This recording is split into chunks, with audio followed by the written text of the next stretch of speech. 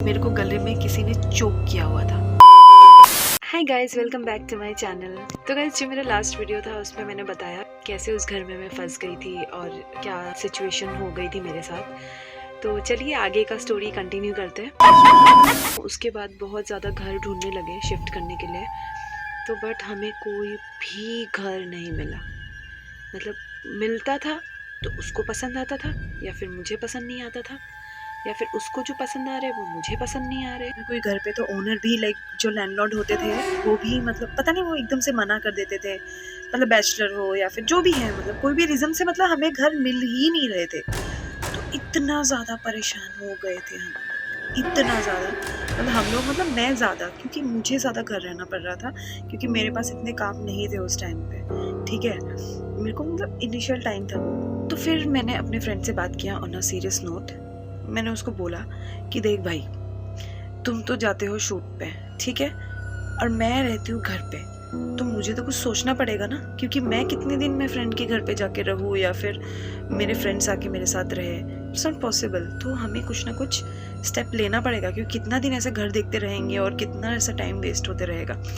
तो फिर उसने बोला कि चलो ठीक है, मैं देखती कुछ करती हूँ। तो actually she is from UP, ठीक है, और उसका जो मतलब फैमिली है ना, मतलब मेरी जो फ्रेंड है उसकी फैमिली ये सारी चीज़ों में बहुत ज़्यादा बिलीव करती है। तो मेरी फ्रेंड ने अपनी फैमिली से बात किया, मतलब जो यूपी में उनकी फैमिली रहती है, और स्पेशली उनके घर में जो उनके दादाजी है वो बहुत ज़्यादा बिलीफ रखते हैं, मतलब ये सारी चीज़ों में। तो मेरी फ्रेंड के दादाजी, मतलब वो जहाँ पे रहते हैं वहाँ पे वो किसी को जानते हैं, जिनको जानते हैं वो मतलब that person is very very very very powerful.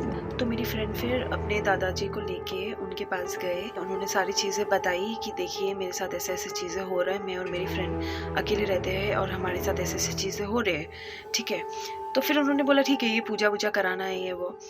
तो फिर सारी चीज़ें किया वहाँ पे, पूजा वगैरह, और उसके बाद फिर एक चीज़ दिया, ठीक है, कॉइन जैसा कुछ तो एक चीज़ था, वो दिया और बोला कि ऐसे मतलब मुंबई में, आप जब मुंबई में जाओ और वो कॉइन को, ठीक है, आप घर पे रख के, कुछ तो नियम बोला था, आई डोंट रिमेम्बर एग्जैक्टली क्या क्या नियम था, थोड़ा नियम करना था, पूजा में रखना था, कुछ तो ऐसा था। और फिर वो पूजा के बाद और वो कॉइन को मतलब समुंदर में जाके बहाना पड़ेगा, मतलब कोई भी समुंदर में। तो फिर हम लोग ने जाके बरसोवा में जाके उसको विसर्जन करके आए थे। फिर जब हम लोग घर पे आए, पता नहीं एक पॉजिटिविटी सा आ रहा था हमें, ठीक है, कि शायद से अभी चीज़ें सॉल्व हो जाएगी, हम शायद उस घर से निकल पाएंगे। बट गाइस, ऐसा नहीं था, एकदम ऐसा नहीं था। फिर उसके बाद फिर हमने घर, ठीक है, हमें घर तो मिल गए और हम शिफ्ट भी करने लगे।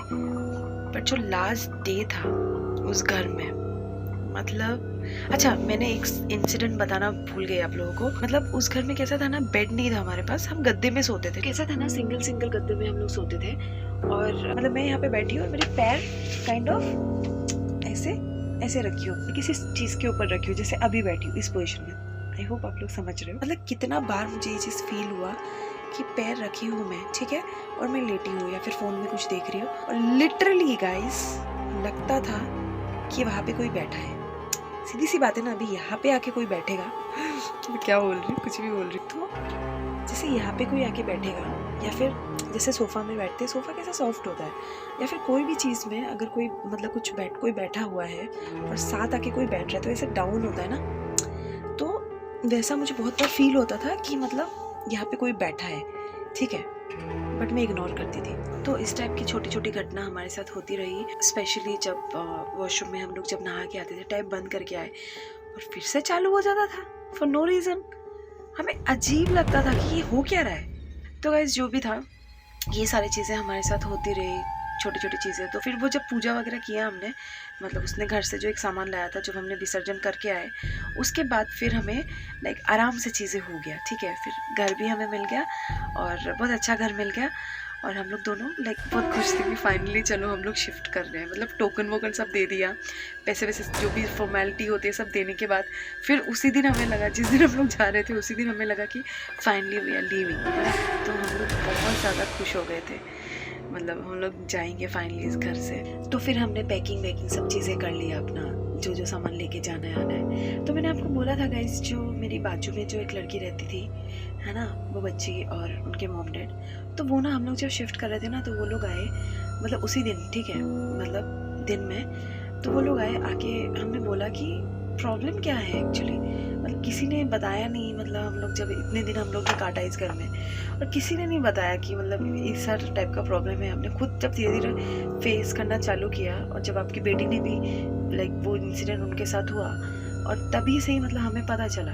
और उसके पहले तो हम इग्नोर करते थे, पर किसी ने बताया क्यों नहीं। और आप लोगों को क्या पता था इस घर में क्या है?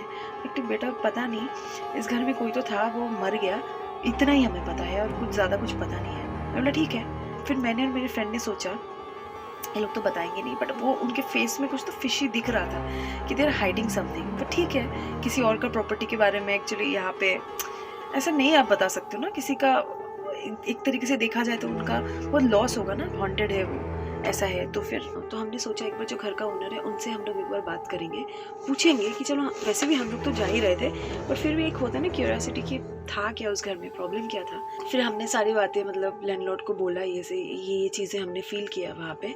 ये घर आप दूसरे टेनेंट को तभी देना जब इस घर में पूजा पाठ अच्छे से आप करा दो। फिर उन्होंने बोला ठीक है मैडम, हम करा देंगे। वो पता नहीं अभी तक करा है नहीं करा। उसके बाद हमने ना ही उसको फ़ोन किया, और ना ही उस एरिया में गए, ना उस घर में गए कभी। सो जो मेन दिल दहलाने वाली जो बात है, हम लोग पैकिंग वैकिंग करा, सब चीज़ें हो गया, और खाना वाना खा के हम लोग सो गए। वो लास्ट नाइट था उस घर का। और जब हम लोग सोए, ठीक है, मेरी फ्रेंड बाजू में सोई हुई थी, मैं पास में सो, लाइट वाइट जला के हम लोग सोएंगे। तो मेरी फ्रेंड ने बोला ठीक है। तो सोई रात को, सोने के बाद जो मैंने फील किया वो चीज़ मैं आपको कभी भी नहीं बता सकती। वो एहसास, वो फीलिंग, और वो जो एक डरावना सा सीन, लिटरली गाइस मेरे को गले में किसी ने चोक किया हुआ था, और मैं ऐसे उठ गई, ऐसे लंबी लंबी सांसें लिया। मेरी फ्रेंड भी उठ गई, मैं इतना ज़ोर से चिल्ला के उठी। मेरी फ्रेंड ने बोला कि हुआ क्या? मैं बोला मुझे लगा कि कोई मेरा गला दबा रहा है। तो मेरी फ्रेंड ने बोला कि कोई नहीं, सो जा थोड़ा सा। वो भी जगी रही। फिर मैंने बोला नहीं, सोना नहीं है, अभी तो सुबह होने में थोड़ा देर टाइम ही था, 3-4 बज रहे थे उस टाइम पे। मैंने बोला नहीं, सोना नहीं है, बैठते हैं, बैठ के बात करते हैं। तो उसने बोला ठीक है। तो ऐसे करके हमने पूरा रात काटा। फिर नेक्स्ट डे हमने शिफ्ट वगैरह किया, और उसके बाद भगवान के आशीर्वाद से वो घर बहुत ज़्यादा अच्छा था, बहुत ज़्यादा पॉजिटिव था। अच्छे तो घर सब होते हैं, मतलब वो पॉजिटिव ज़्यादा था। उस चीज़ से हम लोग निकल के आए, वही हमारे लिए बहुत बड़ा चीज़ था। तो गाइस आज के लिए बस इतना ही, और आगे भी जो जो मेरे साथ घटा है वो सारी स्टोरीज जानने हैं आप लोगों को, तो मेरे चैनल को सब्सक्राइब कर दीजिए, लाइक कर दीजिए। इट्स फ्री गाइस, कर सकते हो ना सब्सक्राइब, प्लीज़ कर दो। It means a lot to me. Thank you for watching, bye.